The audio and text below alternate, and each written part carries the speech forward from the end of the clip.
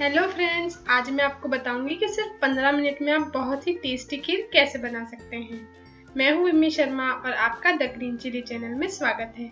अगर आपने चैनल को अभी तक सब्सक्राइब नहीं किया तो अभी सब्सक्राइब कर लें और बेल आइकन को भी प्रेस कर लें। तो चलिए हम रेसिपी शुरू करते हैं। सबसे पहले हम 2 बड़े चम्मच घी डालेंगे और इसमें हम मनपसंद के ड्राई फ्रूट्स डाल देंगे और इसे रोस्ट कर लेंगे ताकि ये क्रंची और टेस्टी हो जाए और इसे काटने में भी आसानी रहे।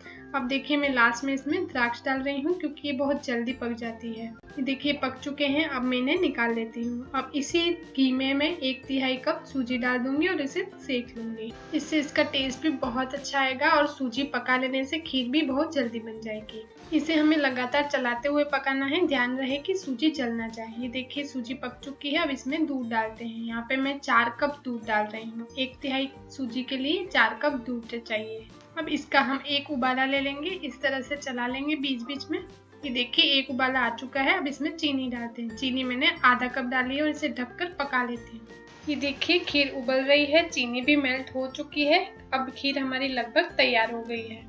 अब हम केसर के धागों वाला दूध डाल देंगे जिससे इसका कलर बहुत अच्छा आएगा और रोस्ट किए हुए ड्राई फ्रूट डाल देंगे। आप ऐसे भी डाल सकते हैं, तो थोड़ा सा और पका लीजिएगा। और 1 चुटकी भर हम इलायची पाउडर डालेंगे। इसे मिक्स कर लेंगे और 1 मिनट के लिए और पका लेंगे। देखिए हमारी बहुत ही टेस्टी खीर बनकर तैयार हो चुकी है। तो आपको यह रेसिपी कैसी लगी हमें कमेंट बॉक्स में ज़रूर लिखें।